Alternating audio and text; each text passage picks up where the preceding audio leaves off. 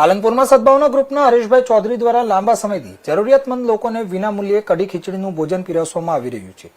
જરૂરિયાતમંદ લોકોએ તીખા ભોજન સાથે મીઠાઈની માંગ વ્યક્ત કરતા હરેશભાઈએ તેમની લાગણીને માન આપી ચોખ્ખા ઘીની મીઠાઈ તૈયાર કરાવીને કઢી ખીચડીની સાથે પીરસવાની શરૂઆત કરી છે। સદભાવના ગ્રુપનો રથ ગઠામણ સિમલા ગેટ, કીર્તિસ્તંભ અને કલેક્ટર કચેરી વિસ્તાર સુધી પહોંચી અસંખ્ય લોકોને ભોજન પ્રસાદ પહોંચાડે છે। રોજ અનેક લોકો આ સેવાનો લાભ લઈ રહ્યા છે।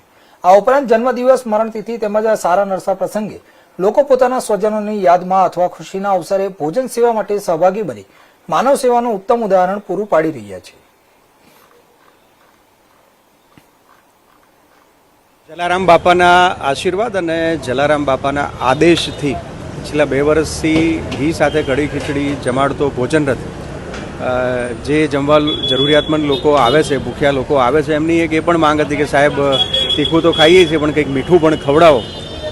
એટલે એમની માંગને પહોંચી વળીએ એ રીતે એક પ્રયત્ન કર્યો છે અને 2 ટાઈમ ઘી કઢી ખીચડી સાથે ડેરીના શુદ્ધ ઘીમાં કે જે મીઠાઈ આપણે ઘરે વાર તહેવાર નિમિત્તે આપણે ઘરે ખાતા હોઈએ છીએ એ મીઠાઈ દરરોજ 2 ટાઈમ આ ભોજન રથ ઉપર પીરસવાનું 18 તારીખથી શરૂ કર્યું છે અને ખૂબ સરસ રીતે એ મીઠાઈ આપ જોઈ શકો છો કે એની ગુણવત્તા એ જરાય પણ આપણા ઘરે જે જમીએ છીએ એ જ આમને જમાડવાનું એવો જલારામ બાપાનો આદેશ હતો ને આ આદેશ અનુસાર કામગીરી અમે સૌ કરી રહ્યા છીએ।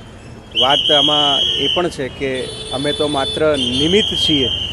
માતાજી અને જલારામ બાપા અમારી જોડે આ કામગીરી, આ સેવાનું કામ કરાવી રહ્યા છે, એ એમના આશીર્વાદથી આ બધું થઈ રહ્યું છે।